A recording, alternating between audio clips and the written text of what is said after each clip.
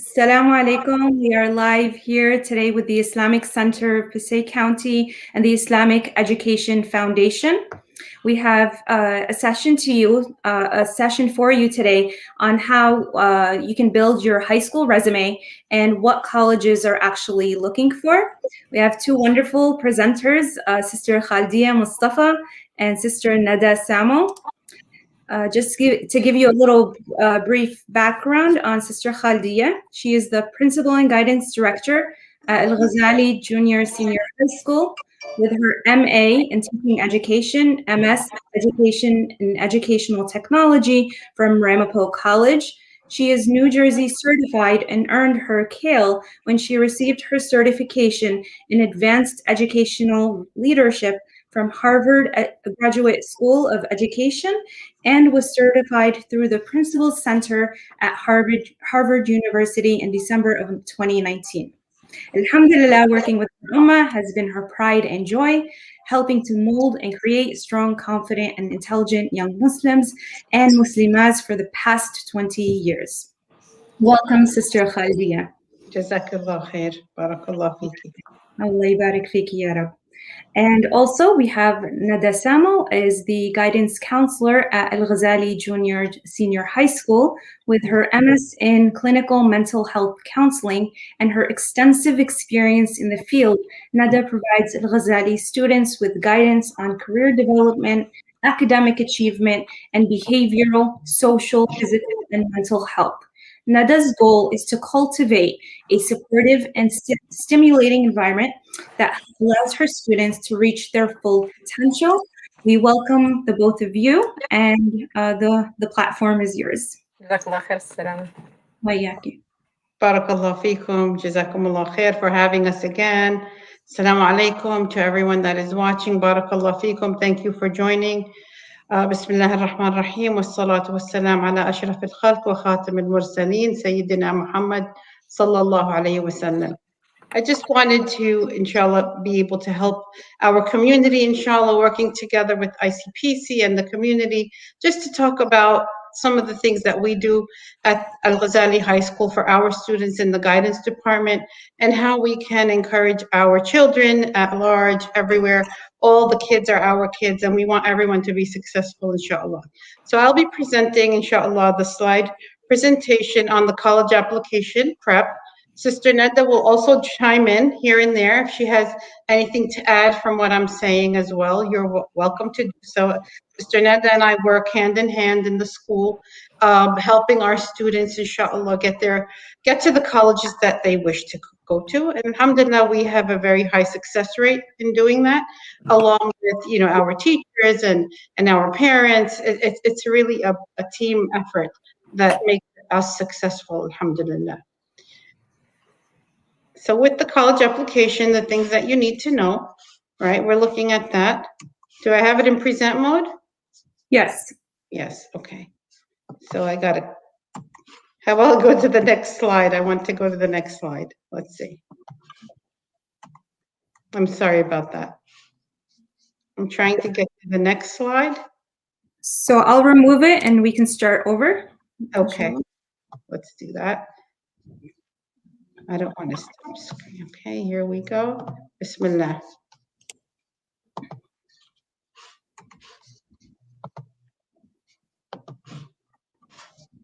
I'm still trying to get the next slide, actually. Okay, let me remove it again and just check your slide if you can. Okay.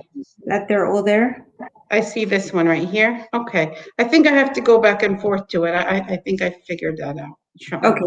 So you could, yes. So in the first slide, I wanted to talk to you, inshallah, about the things that I will be presenting, inshallah, which is it's never too early to start middle school, of course. You have to start getting ready for college. Even, as parents, we can get our kids ready from an early age, getting them used to being hard workers and organized and having study skill habits that will be successful for them as any grade that they would be in. but especially when they're coming into the middle school age, we really want our kids to be much more effective in doing their work on time, being organized, and also having a very high work ethic is very important. And I will talk about that a little bit more in detail in one of the other slides. Preparing for your future, right? Building your high school resume. What does that mean? Building your high school resume should actually start from 9th grade and on. But again, you're preparing in middle school for all of these things to come in 9th grade and beyond. The college application process we'll talk about as well. What is a common application? This is something that all students now must really be aware of. If they're applying to four-year universities, they need to most likely start with a common application. Also, the standardized testing, what is the ACT, SAT requirements, the APs. We did talk last week, alhamdulillah, about the financial aid process and scholarships and more, but I know that this is very important to many people, many parents, as they prepare their kids for college. How will I pay for that? And I will go into detail as well with that, and how to make a decision on your college acceptances after you've received all the acceptances that you've gotten, inshallah. What do you look for and how do you accept it? Okay, and then we talk about success and how guidance departments in school. I know many of you might not be at Al-Ghazali High School, you may be at other Islamic schools, you may be at public schools, private schools, but you really need to know what your guidance department promotes. You know, are they helping you through the process? Are they helping you through college and career counseling and life success, social and emotional success, and academic success? Now we say academic success, of course, is very, very important. The courses that you're taking in high school are very, very important for your high school resume. They want to see what type of courses you're taking. Your attendance in school is very important, right? And then again, what does your guidance department promote? So I want you to be very aware of that and know your rights in your school, to go to your counselors, to go to the counseling department, to ask for your transcripts, and to know how you're doing, to ask about your GPA, ask about, you know, anything that you feel will help you in the process. You know, we'll go into much more detail about what you need to know in the college application process as well. Okay, and now as I want to again focus a little bit more on the middle school grades. For us, it's the 7th and 8th grade at Al-Ghazali High School, but I know in the public school systems, a lot of times it is 6th, 7th, and 8th, which is actually a very, you know, good thing. You start in 6th grade, getting ready for 7th and 8th. It is the foundation for you in high school. It is those transitional years that are very, very important for you as a student, to build your character, to build your identity and your personality, and how strong you want to be as a student and as an individual, inshallah, what courses you will be placed in. For us in the middle school, we are pretty much having our students taking the same courses. The level is pretty much the same. Yes, we do differentiate as much as we can with the student, but they're taking pretty much the same courses throughout. Nobody's in honors or anything yet until they get into 9th grade. So now when you're building your character and your identity as a student with your teachers, you need to really work hard. And it starts in middle school, because you're getting yourself used to this process of being a hard worker, of studying, of having good study habits, work habits, you know, sleep habits even, because a lot of times you are not sleeping right. So you're not, your brain is not focused enough to do well in school. So you really need to think about that. And also building your high school resume starts here, because I say that because now you will be recommended to your courses for 9th grade. Now, in 9th grade, we do have different levels of classes based on honors, right? You have honors levels, you have AP level, you have college prep. Everyone will be in a college prep class regardless, which some people might call it regulars, but college prep is what the colleges are looking for in high school students when they see your application, when they see your transcript. These courses must match the requirements for New Jersey's graduation and for the colleges, depending on the majors that you will be applying to. So again, important to do well in middle school, build your character, be serious, and get ready for high school. Now, a lot of our students, alhamdulillah, will end up in many honors classes in 9th grade, moving up to AP courses in 10th and in 11th and in 12th grade, and graduating at the end, mashallah, some students will graduate with up to 30 or more credits, college credits, while being in high school, starting their college career with 30 college credits on their belt, which mashallah is amazing and saves you an entire year of college as well. So if you have any questions on how that can happen, please ask those questions. And if you don't want to ask now, you can email us as well. And I know, Sister Rana, you could leave our emails again for anyone that has questions for us, inshallah. Sure. So Sister Okay. Rabia, In the Yes. comment section, inshallah. Sorry. what can a parent, no, it's okay. What can a parent do to help their child prepare for college during 7th and 8th grades? What is a Well- parent's role? What can you do to prepare your child in the early grades, in 7th and 8th? Again, I want you to really focus much on your child's work ethic. Do they have a strong work ethic? Are they being independent? Are you teaching them to be independent and do their work and just have everything organized based on what their classes are asking for? So if they have projects, tests, homework, anything that's being assigned, are they actually doing it on time, working hard, researching, or are they just leaving everything to last minute, submitting things late, getting credits taken away because they're not really ready?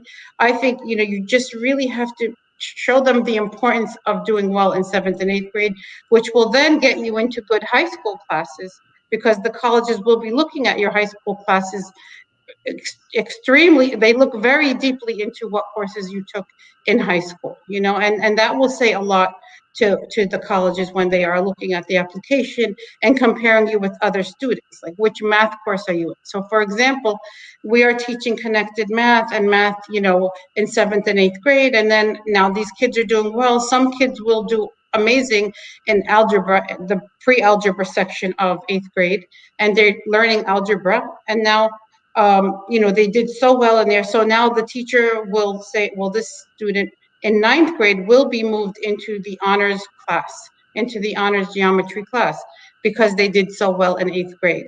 And so now you're having that head start into the honors placement courses for high school. Now you're going to have all honors classes as long as you do well in that math course. You move up, and by the time you're finished, you're already taking AP calculus at the end.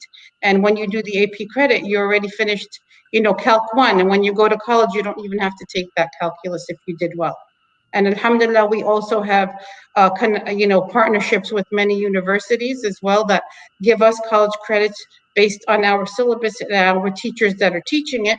So when you leave, you're buying credits either from Fairleigh Dickinson University, from Passaic County Community College, or from NJIT.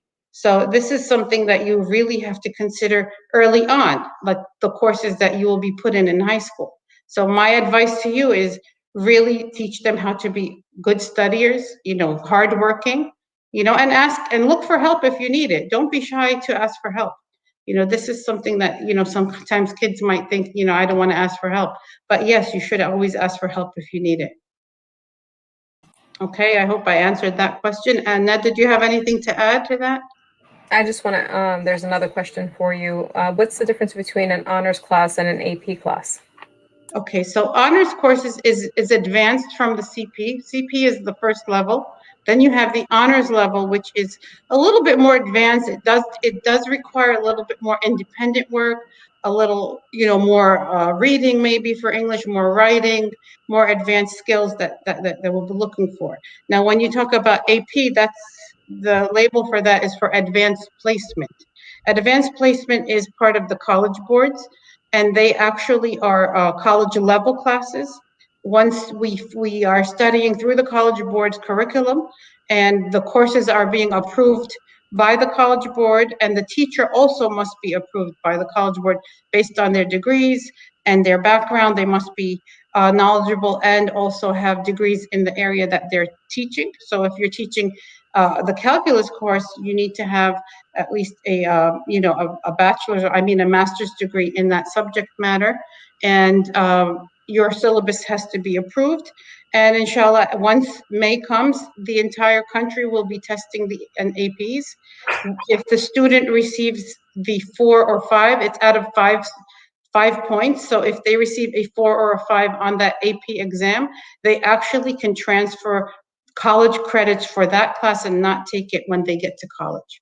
And alhamdulillah, many of our students do start college with many AP credits that colleges accept from them, depending on the university, again, depending on the program that the student is going into. Will colleges accept the college credits or actually put you in a more advanced class than the basic class? So it depends on many things, on the student and in the university. Any other question? No? Okay, should I move on? Okay.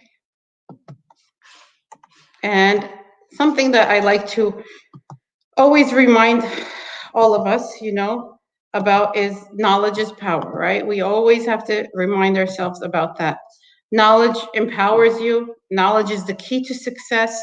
And seeking that knowledge is something that I mentioned earlier last week about this as well. And I will say it again because it's very dear to my heart and to any Muslim that really has the willpower to keep on seeking knowledge, to be smart, to use your knowledge in the best way possible to benefit others with that knowledge. And if you go back to the very first words that were sent down to our dear Prophet alayhi salatu wassalam, it was Iqra, right? In our Quran al-Kareem. Iqra bismi rabbika alladhi khalaq. Read in the name of your Lord. Khalaq al-insana min alaq. He created us, right? And we exist. He has created man from a clot.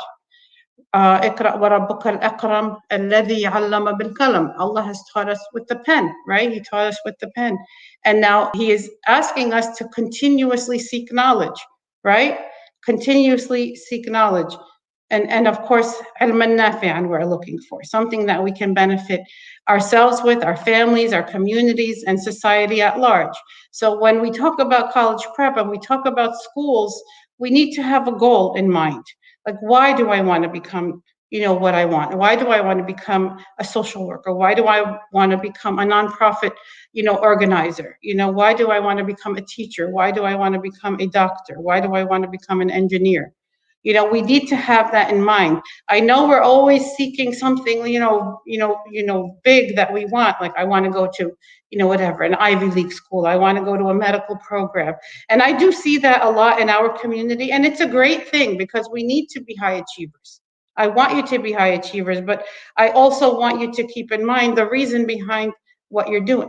And of course, it should always go back to Allah subhanahu wa ta'ala. And your goal is, of course, to seek knowledge, right? And seek Jannah later on, inshallah, for your a'mal and for everything that you're doing. So before I go on with that, I just wanted to mention this, and please, accept that from me as, your sister, and I love you all very much, and I'm happy to be here tonight to share all of this with you. Barakallahu feekum. So what is the college admissions officers looking for? What are they looking for? So we're going to talk about, what is the well-rounded student? What are they looking for, right? And what can you do as a student in high school? And now, before I start this, high school year and what colleges will see does begin in 9th grade. 9th grade. I hope I have a lot of students in here, because your 9th grade year, many of you are pretty young. You're a little bit, not really ready for all this crazy, high school work and so much. That's why I say get ready in middle school, because we really try to get our students ready. And when they come into 9th grade, they're already transitioned and used to this type of work. And really, you have to be serious about 9th grade, because many kids think, colleges don't know what I'm doing in 9th grade. When they get the transcript, the first thing they see is your 9th grade courses, your 9th grade grades, your GPA, right? And then they also see 10th and they see 11th, and then they're looking at your 12th grade courses that you're taking. Of course, they can't see your grades in 12th grade because applications are actually sent out when you are a junior. In the beginning of junior year, you're actually sending out applications. You're filling your applications out, you're sending them out. Yes, we work with our students one-on-one to help them, guide them, but the application has to be done by you, the student. You know, all of these things that I'm going to talk about have to be done by you. So you must remember this, and I hope a lot of you are listening and taking notes, because ninth grade is very important, and it is a myth if anybody tells you ninth grade doesn't count. Ninth grade counts. Sister Nada, you can vouch for that, how many times we get our students with doing well in 10th, doing great in 11th, awesome, but they really messed up in ninth grade because they weren't serious about it. And then they are worried, like their GPA could have been a 3.8 or a 3.9, and now they're dealing with a 3.4 or 3.2 because they did not do well in ninth grade. So I want to warn you against, believing that myth, inshallah. Do you have anything to add, Sister Nada, to that? Yeah? Good? Okay. No, you're doing good. Inshallah. So for what are high school, college admissions officers looking for? Like I said, number one, your high school course selections. And we did explain the difference between honors, CP, and AP courses. They do like to see you taking challenging and rigorous courses because of course and you're getting good grades. Of course, you need to aim high for your grades.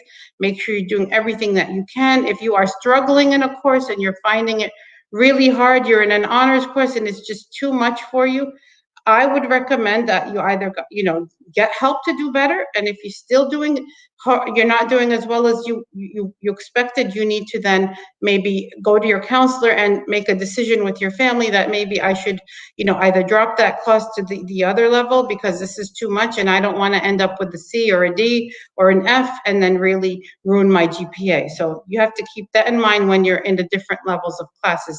If a CP class or the regular class is just too easy for you, you can also work your way up and work hard to do that. We have many students who do that and are very successful, alhamdulillah.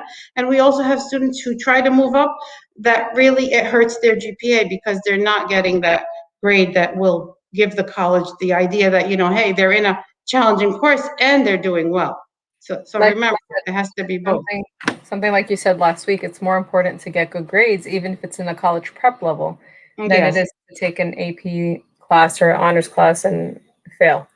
Yes, and I'm saying it's good to try, and I know that we do give a lot more offerings up in the 11th and 12th grade for any student to take AP or honors classes, because we do want that on your record as well, but we don't want you getting lower than a B+ in those courses. We really, really don't want you getting lower than a B+.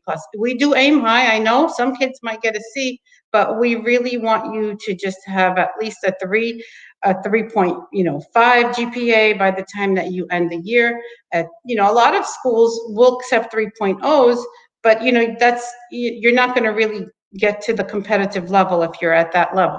We actually add quality points to the GPAs. I'll explain that when I talk about GPA as well. And kids will graduate with over 4.0. We have a 4.0 scale at our school, and kids will graduate with a 4.3 or 4.35. So they are above 100 because, they really did well in all of their AP classes, and you get extra GPA points for being in those difficult classes because they are just a lot more difficult and a lot more independent work is required of students. So this is going across not only in Al Ghazali High School, across the nation, so this is how it works in high school. So that's for the high school courses. Make sure you're working hard and getting into the best courses that you can, and make sure you're in the course level that is your level as well. Okay, we don't want the easy way out, but we don't also want to get bad grades if we're in a course level that's not really the level that you should be in. SATs and ACTs, I don't know if everybody that's listening here knows what the SAT is or the ACT. These are standardized tests that are required by majority or most of the universities and colleges that high school students will apply to.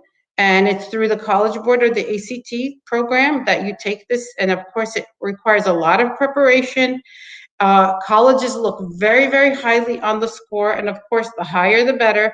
And now there have been a lot of changes this year this year and last year. Last year they were taking the SAT, but this year they have made it optional for students to report their scores for ACT or SAT, I mean. So if you did not take the SAT or the ACT this year, it's quite all right. They are looking at your GPA, your course rigor, your essays, your recommendations, and all of that to decide on your acceptance or not. But this year again, and I believe many colleges, Sister Neda, I have been getting a lot of emails from universities telling us that they have extended it even to the 21-22 year, that tests might be optional in their university. So you can check the university that you're interested in applying to and see if they require SATs or ACTs before accepting your complete application. So you're going to have standardized tests, and I still believe that they really look so much at this test along with your GPA in order to give you scholarships. Now, scholarships really matter. I know to all of us. You know, we do always need help in paying our kids' tuitions, and colleges can be very pricey. So again, work hard to bring your GPA up. Work hard to get good SAT and ACT scores by preparing through the College Board, through study skills, through getting books about SAT. There's so many practices that you can take that can prepare you for that test. And believe me, I think it's more strategies that you have to learn, and practice habits and practice skills that you need to know to do well on that exam, inshallah. So I mean, I know they might make it optional, but I would still recommend that juniors, or, you know, any juniors that are listening here should really attempt to take it. We are still giving the SAT at our school on the 13th of this month. It's too late to register now, but I think they will have one in May. They will have one in June and then in August. So all the juniors that are listening here, you really should think about taking your SAT or ACT before coming into your senior year and see how you will do. You know, you might do well. You can prepare over the summer and really work hard to get a good score. Now, if you have a high score on the SAT or ACT, now, I don't know if everyone knows the score that you need to have on an SAT.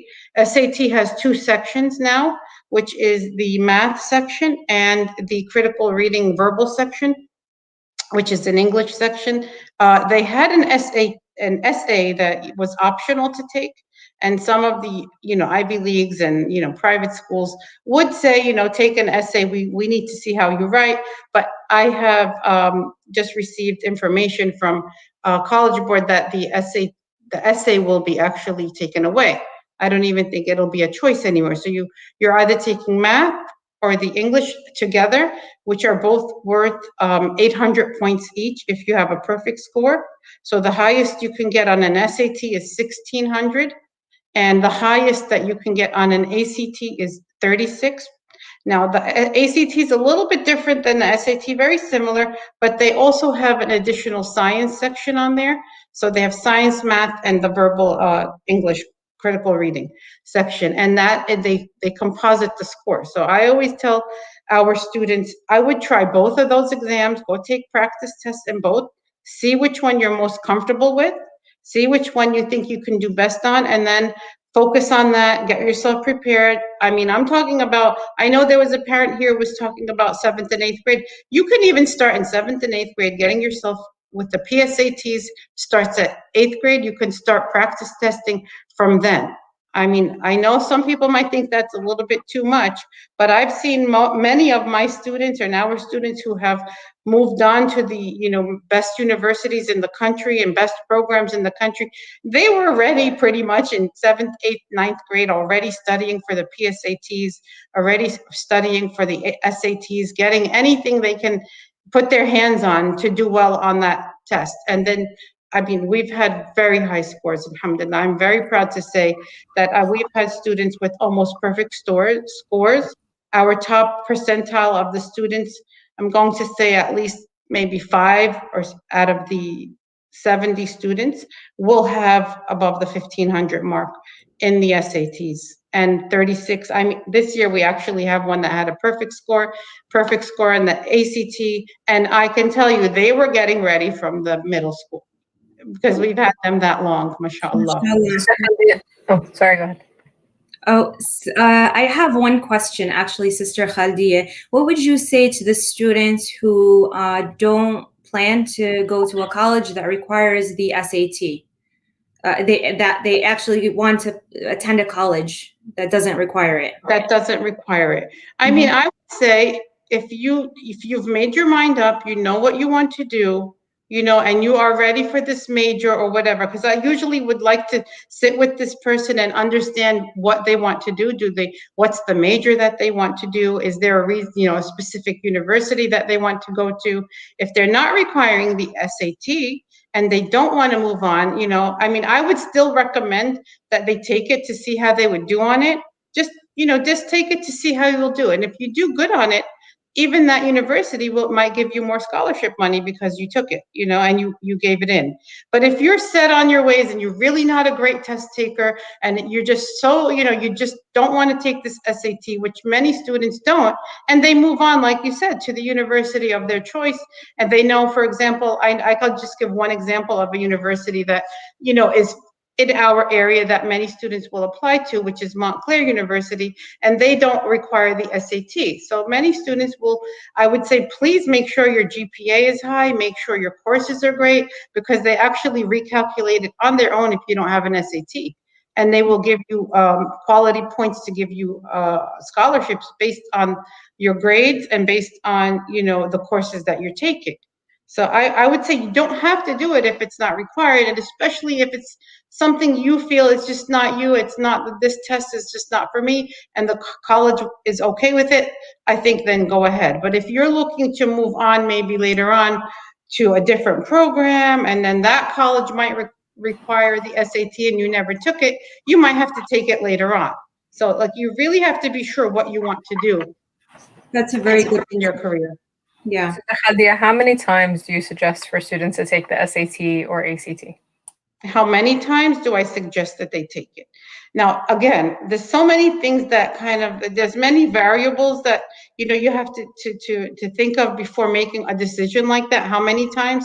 Now, again, if you are looking to, if you're aiming for like a big Ivy League school and that's really your goal, and you want to take the SAT, you know, the first time you didn't do so well, you take it the second time, they will super score, and I'll explain what a super score is, and you did a lot better.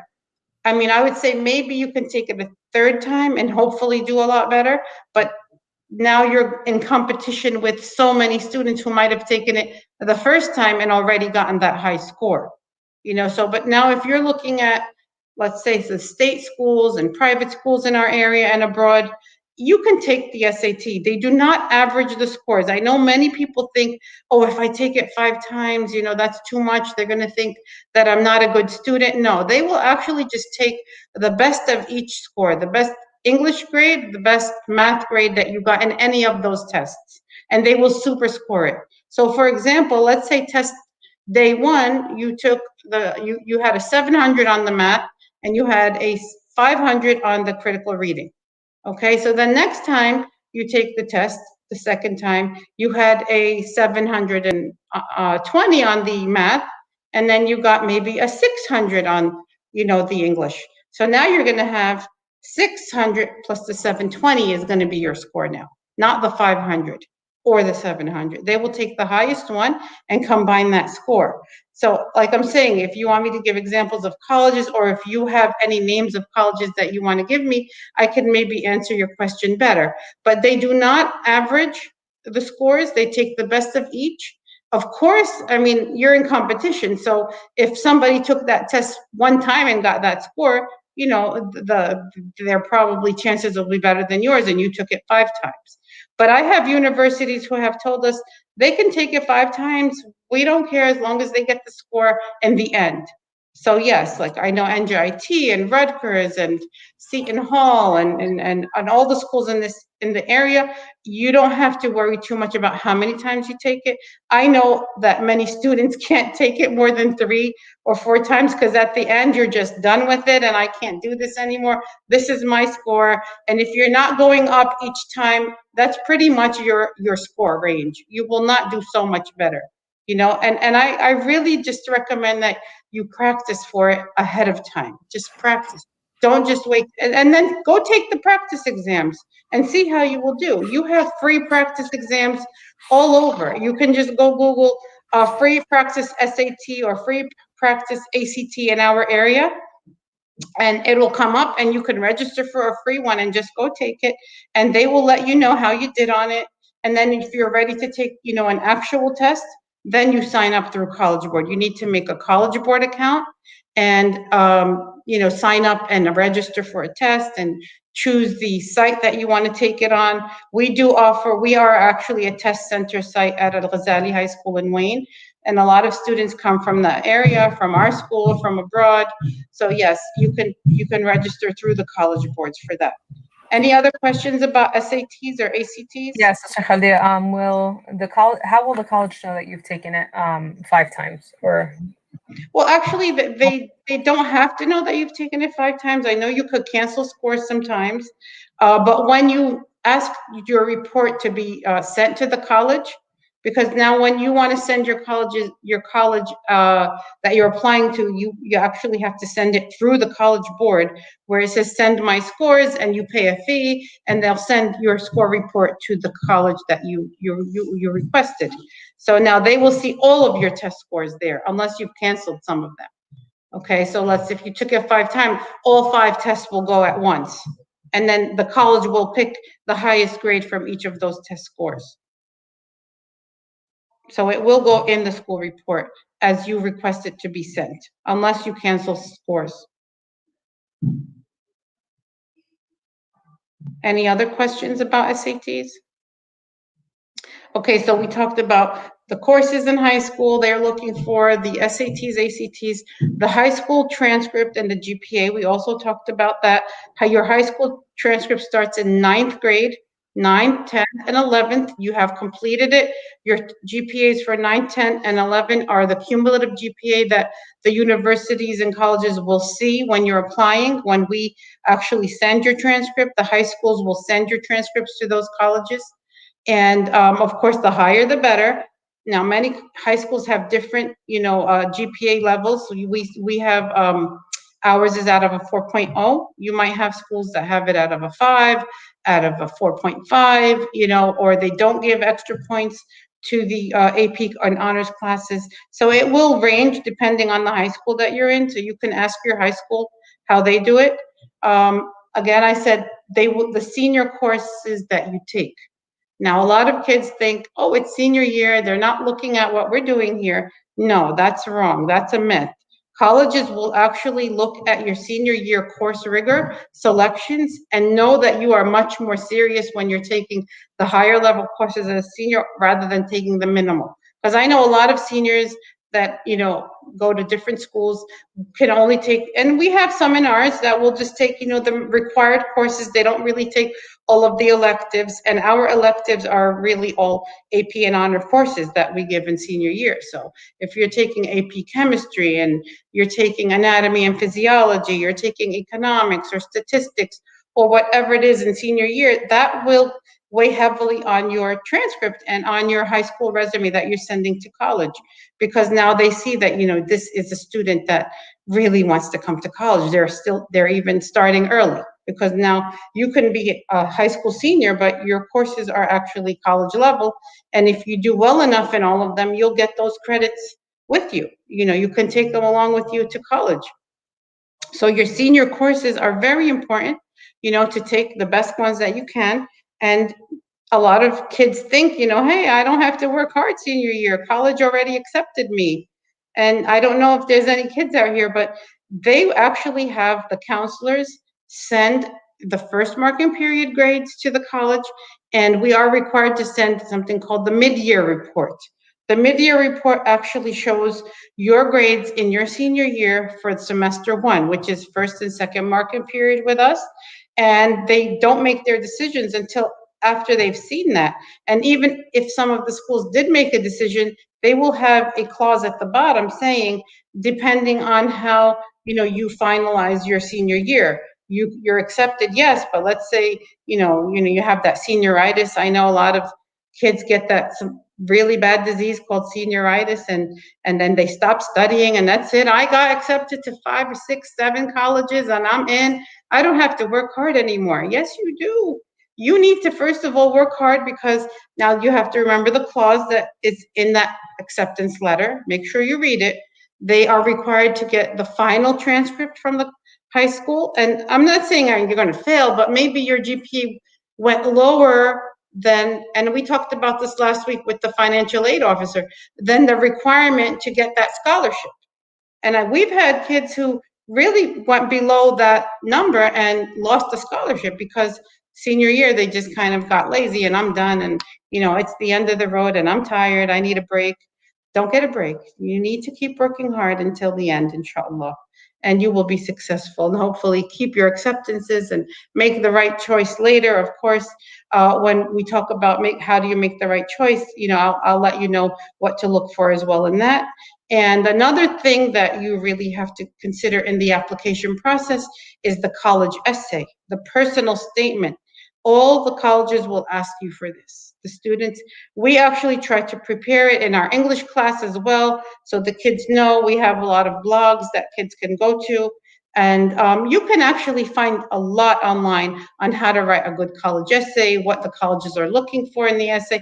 And I also have some links here in this presentation that I can share with you later on what is the college essay? What is that essay that is going to make me look different, that's going to make me stand out? Why does the college want to accept me? So really, this is really all about you, all about your expectations for yourself, what you're looking to do. A lot of kids want to write the same thing, but you know what? You really have to find a passion for something that you really love and that stands out, and the college sees that. You don't just want to write the same letter and the college receives, everyone saying, oh, I want to go to college so I can become, whatever, a doctor and, and heal people. Why do you want to do that? They want to know what made you want to do that in your life. Do you have any personal things? That's why it's called a personal statement. It's about you and your life and why you want to do what you want. Why do you want that college to accept you? Okay. And then after that, there's a lot more to being a well-rounded student and what they're looking for. So the next thing that they're looking for, which we spoke about before, and I want to really stress on it, is the guidance counselor's recommendation. The guidance counselor's recommendation is extremely important to the universities, because, if the guidance counselor is recommending you and highly recommending you, and the choices that we get is, we recommend you highly, fair. What are the choices again, Neda? Enthusiastically, strongly. So like Strongly, fairly. the highest one would be enthusiastically accepting you, right? So the top one could be like, poor, strong, fair. You don't want to get someone that's going to say just fair. You want to make your counselor actually write you a really good letter based on your performance, on your work ethic, on how much you prepared yourself in high school to get ready for college. And I do see so many of our students, mashallah, do so many things to build their record and build their resume that I can write them the best letter because they deserve it. And I also tell students, I'm not going to write you a letter if I don't see that you've done everything that you needed for me to say that I'm enthusiastically recommending you. You need to prove that to us through your coursework, through your grades, through your behavior. Even your behavior in school is very important. Your attitude in school is very important. They ask us for a discipline record as well. Your discipline is very important. That first they ask us, was this student ever had any disciplinary actions taken against them in school? They will ask us questions about that more than once. We have 2 or 3 questions asking about that. We can, say we don't want to say anything about that, but then when we say that, then they know that maybe something happened, something did happen with this student. So behavior, attitude, work ethic, course, load, all of these things will matter. And alhamdulillah, we have really great students and we're able to write great recommendation letters for them, and even if you didn't work so hard and we see a change in you, and that happens so much, where we see like a 9th or 10th grader really not into working hard, and we're pushing them and telling them, you really have to build your record. By 11th grade, these kids have, picked it up, and they are doing everything that they can. And now in our letters, we're going to say, this student has really matured, has proven themselves, has really, proven that they want to work hard and that they can succeed, and their grades in 11th grade will prove that, So you still will get accepted to the colleges if you work hard, but why do you, want to, kind of jeopardize getting that scholarship because you didn't work hard in 9th or 10th grade? So let's always work hard and do our best, inshallah. So the guidance counselor recommendation also is something colleges look highly upon, especially when they're making decisions and have so many applications in front of them. And the teacher's recommendation. So many schools will ask you for 2 letters of recommendation from a teacher and 1 from a counselor. So you need to also build a great rapport with your teachers and make sure your teachers look highly upon you, and that you're a part of the class, you're participating in class, and that you have something to offer in the school setting and in the classroom setting to your classmates and to your teacher. So when the teacher writes that letter, they're going to give a really good letter. And then, the college will say, well, they are good students. This is somebody that we want in our classrooms. So he or she will be adding to the classroom setting and will be adding to the school as a whole. Because why do they want you in their school? They want you to be a part of it, not just another number in the building. So that's something that you also need to look at and choose your teachers. 11th graders should start from now thinking about which teacher will they ask for that letter. And I think you should give your teachers enough time, because letters sometimes can take a long time to write, especially if you want that teacher to sit, and think about, what they want to say about you, and that they can give you a great letter. Or don't wait till the last minute and say, my application is due November 15, and then November 12, you say, I need a recommendation letter. I don't know if that teacher will accept it. So you have to give them ample time, and you have to give them notice ahead. And we always tell our students to please actually attach your resume with it and request politely a recommendation letter, either through email or through a letter that you give your teacher. Okay, and we always ask, which 2 teachers are you asking? Because, mashallah, we're not a public school, so we have, not so many teachers. So it's really the same teachers who are writing the letters for all the students. And we don't want to overload or overwork 1 or 2 teachers. So you have to choose your teachers early on. Very important, another aspect that makes you a well-rounded student in the eyes of the colleges is your extracurricular activities.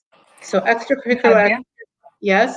I'm sorry, before you move on, for the teacher recommendations, what do you recommend? Who do you recommend asking? Does it matter if you ask a English teacher, a history teacher, a math teacher? Does it matter? It does matter, actually. It matters very much, because the colleges will actually want you to send 1 letter either from your math or science teacher. So you're talking math and science is 1 section, and then humanities is considered the English and the history section. So you will ask either, the best one, like let's say, you did awesomely in math. So that's the teacher you're going to ask the recommendation letter from. So the math teacher will be counted as your math and science letter. And then you'll ask either your English or history teacher for the other letter. And that will be counted as your humanities letter. And a counselor's letter is required most of the time, regardless of teacher. Okay? And then we're talking about extracurriculars now. In high school, extracurricular activities are very important. And that's not only talking about the different clubs that are offered in the school, the different activities that you are a part of and events, and also outside of school. Outside of school also matters when you're a part of different organizations, sports teams, whatever it is that you want to, that you're interested in, that you're doing, is very important. And I know many of the clubs that we offer, many of the schools offer, like the Model United Nations team, the mock trial team, the Science Olympiad team, and you also have other clubs that are humanitarian, where we're looking to raise money for charities through our Beta Club, our National Beta Club, and Honor Society. So these are really important clubs to be a part of, important clubs to lead, because they don't want you just to be a member of a club. They want you to be, leading in that club. So you should really think about the club that you would be most interested in, that you could give the most to, and that's the one you should really be a big part of, and then maybe join another club or two. But a lot of kids think, let me join like 10 different activities and be a member in all these activities, but then you're really not doing much in either one of them. So you have to also remember that leadership, right? And actually, having something come out of the club that you are in is important for the colleges to see. So for the kids that are in the Model United Nations, they're debating a lot, they're communicating a lot, and speaking a lot, right? With students from all over the country, I'm going to say. Sometimes they're competing at Columbia University or at Princeton University or at Seton Hall. And in our school, we actually also have competitions in our own school where we invite other Islamic schools to be a part of it. And alhamdulillah, this is teaching our kids not only to learn about the world, because Model United Nations, now you're talking about all of the issues that are going on across the world. So now kids can be debating so many topics when it comes to Palestine or Syria or anywhere in the world. They're debating and giving, reasons why things can be fixed, how you can fix certain social issues and problems throughout the world. And, they're being given awards like, verbal commendations, and they're being given so many different types, best delegate, because now they become delegates. They're given that name. They're acting out the role of a Model United Nations member and speaking for that country. And even if you're not from that country, now you're studying about that country, you're learning things. So this is a club that a lot of colleges look very highly on. Mock trials, where students are actually acting out the roles of being a judge, of being a lawyer, of being a plaintiff, of being a juror. And so these things all really will help open up your mind and let the colleges see that, you are out there. You're not just one student sitting at home alone, not isolated, just studying and getting good grades. I mean, studying and getting good grades is one thing, but you need to also show that you are a well-rounded student and that you're able to be out there. You are a good communicator, you're a good debater, you're a good speaker, you care about the world, you're volunteering. I know I was speaking to Sister Rana about us actually joining together in volunteer work. And many of the times at ICPC, you're doing programs, and we have our students actually volunteering in the Sunday schools and in the collection for food or clothes or anything that, is needed overseas or in the country here. And we'd love to, again, be a part of any of your volunteering work to give our students hours. I also, one thing that I want you to understand to make you stand out in your resume, volunteering is very important, right? But now also a lot of students might go overseas in the summer, so you really don't have so much time to volunteer. So I always tell our parents, if you're going overseas, there's so many things that you can actually volunteer in overseas, even more than here. And many of our students will be maybe volunteering in refugee camps, in different hospitals overseas, in different programs, in Turkey and in Syria and in Palestine. I know Syria is a little bit difficult now, but in Palestine, a lot of our students will go to refugee camps. In Jordan, you can go many places. I know maybe in Pakistan as well. Wherever our students go, you can find something to do, and that will stand out in your record where you actually volunteered in a different country. So keep that in mind if any parents are here and going overseas in the summer. Sister Khaldia, how many hours do you recommend of volunteer hours? Now, again, depending on, like what you're applying for and what the major is that you want to do and the college's, requirements. But us as a school, we recommend 200 hours of community service from when you're in 9th grade. So a lot of our students, if you want to get into the medical field, you might be, volunteering at a hospital. I know now with COVID, a lot of the volunteering has stopped, but I know that some things have gone virtually, but a lot of our students used to volunteer at hospitals, at, dental centers, pharmacies, Habitat for Humanity, the sheriff's department office for some of our kids who are looking into criminal law. So you try to find volunteering service places that will take you. I mean, I've even remember some of our kids working for Wafa House at one point volunteering, or a Smile for Charity, Islamic Center of Passaic County, where they do like Sunday school volunteering, and all of these things, you could find in our area or abroad. Again, if you're overseas, that's something you should think about as well. Hopefully with, COVID gets less. So now a lot of these things have stopped, but you can look for things that are happening virtually. And there was something that I was speaking to another counselor recently from another school, and to see, how can we do volunteering? And she said she had one of her students actually started a whole tutoring program online as volunteering. So I was thinking that, we'll talk about that and maybe do something like that, where students are really good in math, can be tutoring kids online, volunteering, and getting volunteer hours for that. So think, and kids can actually, mashallah, kids are very creative, and you can think of your own, things that you can actually start and be a founder of that club. And that will be something that stands out for you. So if there are any students here listening, think of something that you can start for your school or for your community and be a volunteer in it. Sister Neda, did you have a question? Yeah, I was going to say, so do you suggest that a person volunteers in a field that they're interested in? So example, if they're... Yes, I would highly recommend that they do that. So it should be like, if you really want to be like a social worker, or somebody like that, or a doctor or a dentist, yes, look for something that proves your interest. This is going to prove your interest when you write that letter or that essay, why you want to become a doctor, right? Why you want to become, a psychologist or a psychiatrist, or why you want to become what it is. And that club and that activity actually matches what you're talking about. And even the books that you read, even the things that you have on you, because you should really read books that match and go along with the goal that you have. Because believe me, colleges will even ask you, like, what's your favorite book? And you're gonna say, why are they asking me that?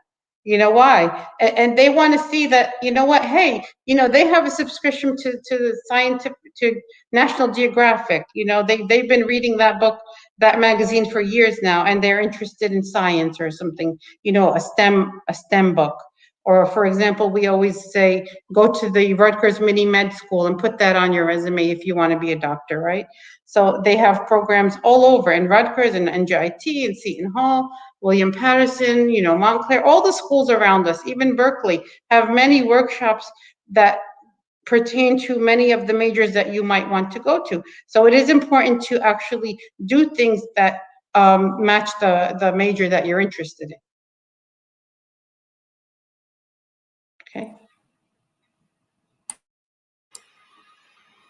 Anything else? Any other question? So this is really the things that I spoke about before for the well-rounded student. Again, your grades, your GPAs, your SATs, the recommendation letters from your counselors and teachers, your extracurricular clubs and activities that you're a part of, leadership roles, volunteering work, and actually starting your own interest groups, okay? And communicating, because you might also have interviews that you need to be a part of before getting accepted. Okay, and then creating your high school resume. I think we don't have too much time left, but I will continue next week, inshallah, with this, and what the actual resume is, what you need to put on the resume, examples of a resume, and portfolio, okay, that we require our students to have before applying by the end of junior year, inshallah. Okay, great. So this, I believe, concludes the end of this session. And inshallah, we will resume the next session next week on Wednesday at the same time, 7 p.m. So thank you so much. Barakallah fikum, both Sister Khaldia Mustafa and Sister Nada, for joining us on a very informative session. And hopefully we will see you next week, inshallah. Inshallah. Assalamu alaikum. Jazakumullah khair. Barakallah fikum. Thank you very much. Assalamu alaikum. Assalamu alaikum.